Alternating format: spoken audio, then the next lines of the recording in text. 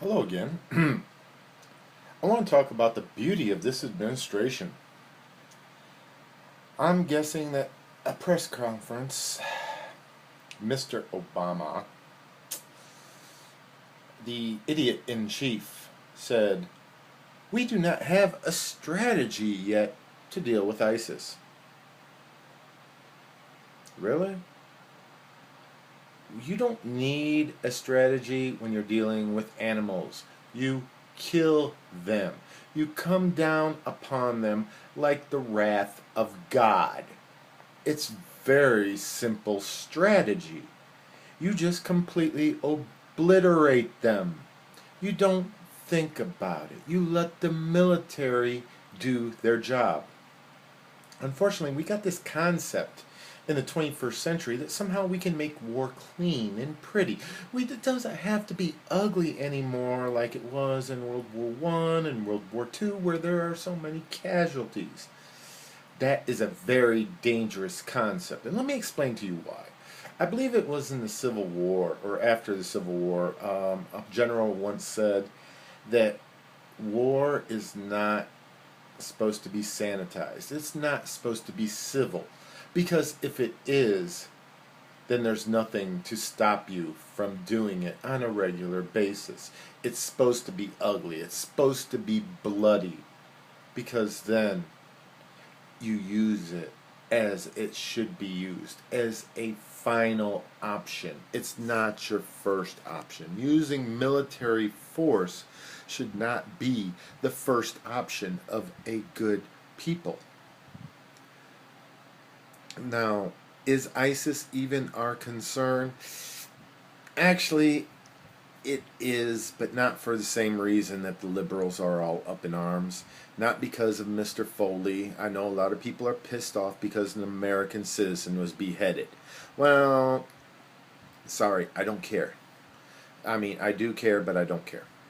American citizen was beheaded, yes, but he put himself at risk on his own by going into Syria as an independent reporter to get a story that he would be able to sell and make money at. So therefore he put himself at risk.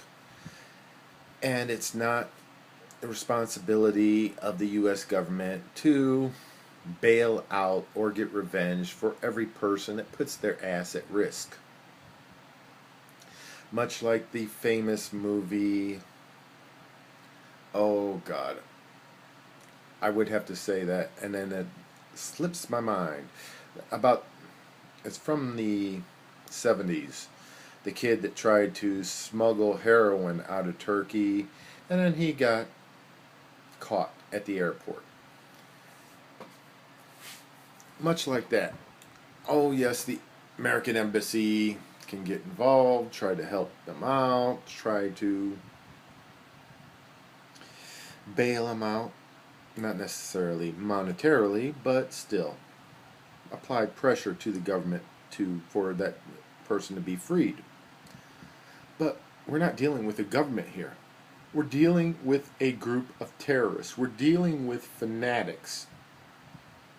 You do not negotiate with fanatics because you legitimize them. You empower them. No, when it comes to fanatics, it comes to terrorists, you kill them. That's it. You just kill them. End of story. And if you kill enough of them, maybe people will decide, it's not a good idea to be a terrorist. They end up dead. Terrorism is an art form. It is a way to get free publicity by inspiring fear to make your movement seem larger and more popular than it is. Now, unfortunately, ISIS has become very large and very popular. Therefore, the best way to deal with them is to obliterate them.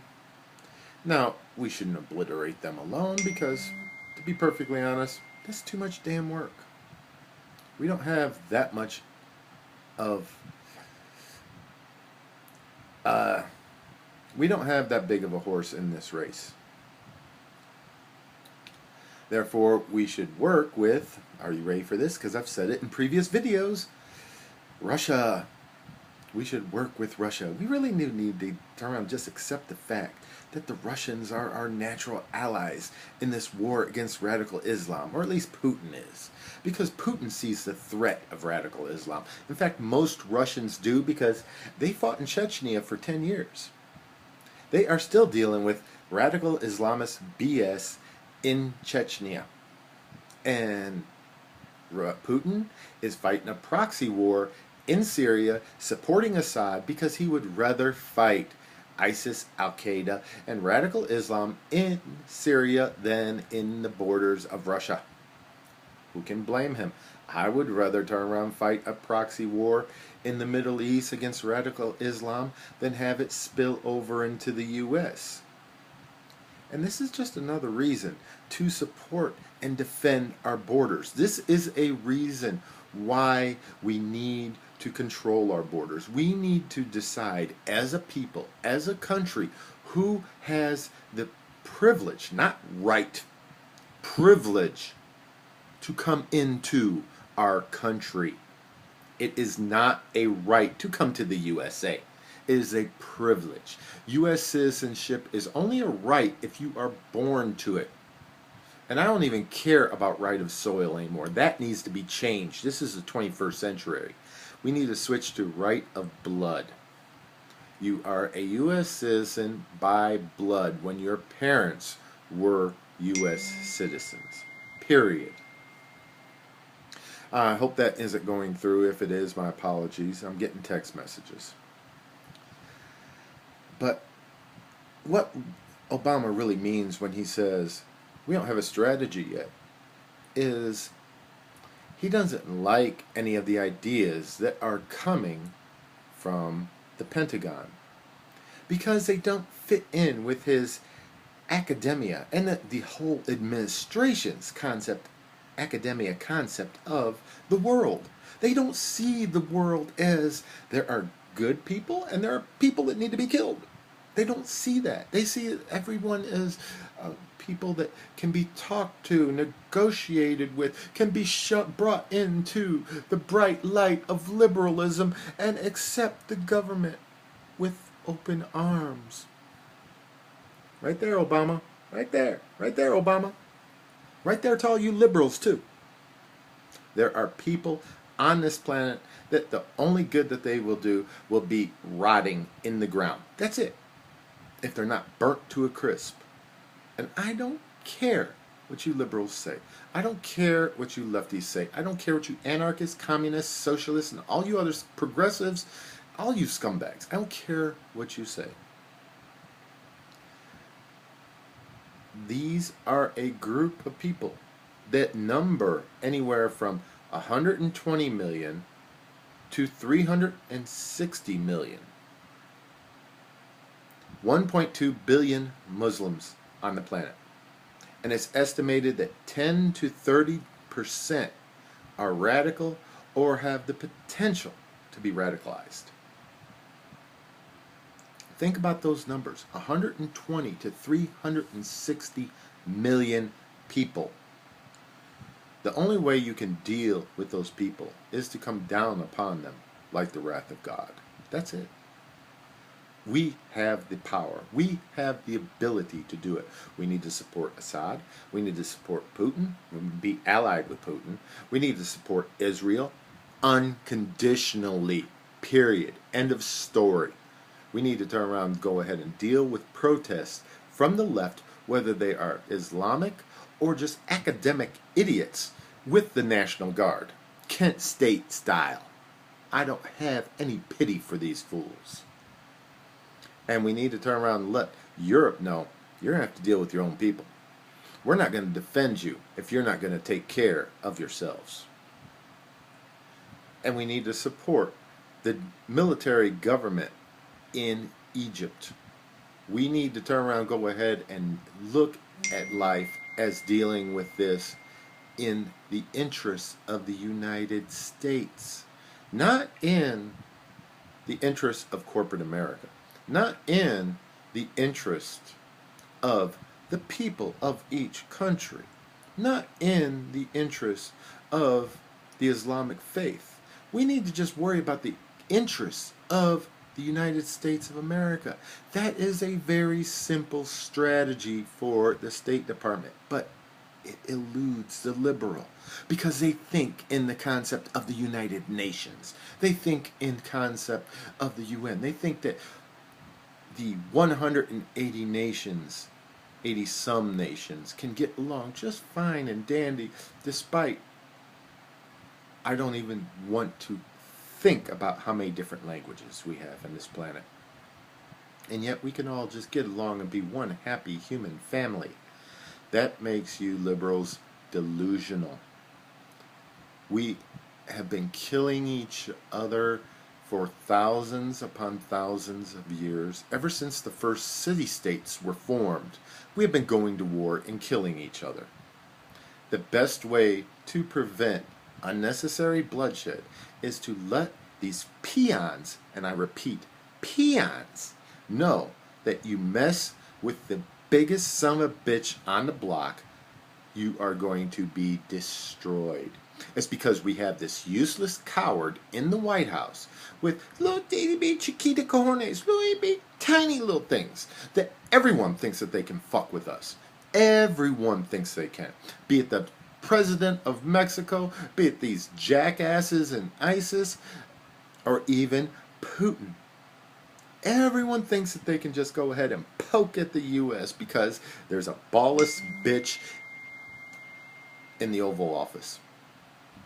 Think about it.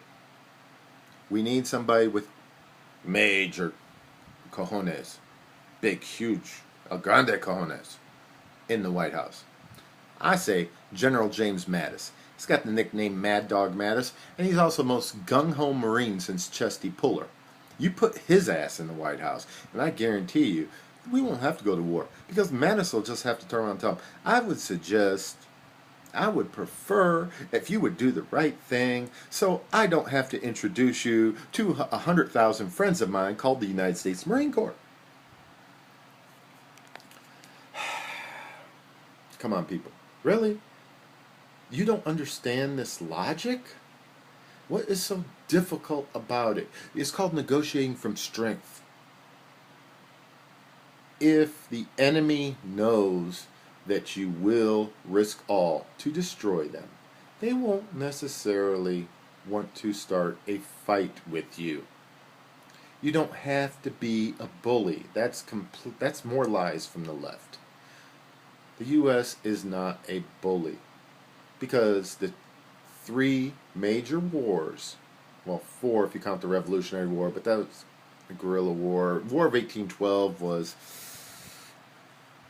semi-major for us, but it was a sideshow for Great Britain, to be honest.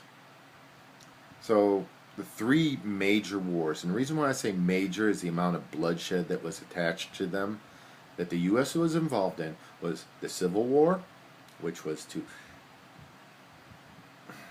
I don't even want to get a debate over the Civil War. We will just turn around and say it was over freedom. It was over the rights of man. It was over to destroy slavery. There was a segment that turned around, believed the rights of the states trumped the Constitution, trumped the rights of man. And we'll just say it was for the rights of people within our country, the Civil War. World War I, which, that's a massive debate. As a historian, as somebody that's got a bachelor's in history, and I specialized in Germany from 1919 to 1945, so that's a bit of a debate on exactly what the Kaiser represented. In many ways, what the Kaiser hoped to accomplish was the same thing that Hitler hoped to accomplish 20 years later. So,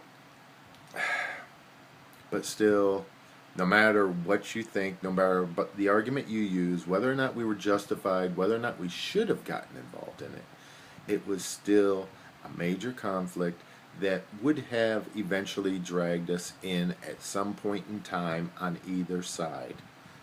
You can't argue over spilt milk. You can't cry over the spilt milk.